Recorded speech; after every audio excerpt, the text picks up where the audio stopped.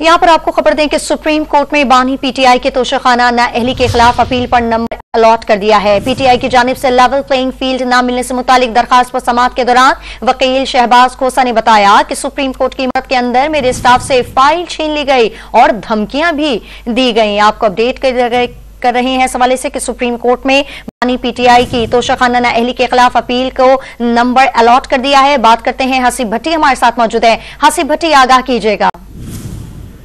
देखिए, अदालत में पेश हुए थे सरदार लतीफ खोसा और उनके साहबजादे शहबाज लतीफ खोसा, और जो चीफ जस्टिस की अदालत है, कायम मुकाम चीफ जस्टिस की अदालत, उसमें पेश हुए और उन्होंने बताया अदालत को कि तहरीक इंसाफ के की जानिब से 2 दरख्वास्तें दायर की गई हैं।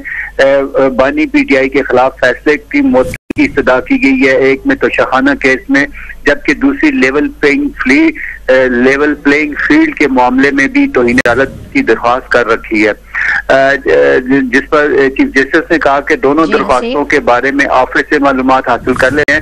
तम लेवल प्लेइंग फील्ड की जो तोशाखाना केस की जो अपील है उसके ऊपर नंबर अलॉट कर दिया गया और उम्मीद है कि जल्द ही वो समाअत के लिए मुकर्रर की जाएगी। सुप्रीम कोर्ट में बानी पीटीआई के तोशाखाना नाअहली के खिलाफ अपील को नंबर अलॉट कर दिया। तफसील बताए थे हसीब भट्टी, का बहुत शुक्रिया।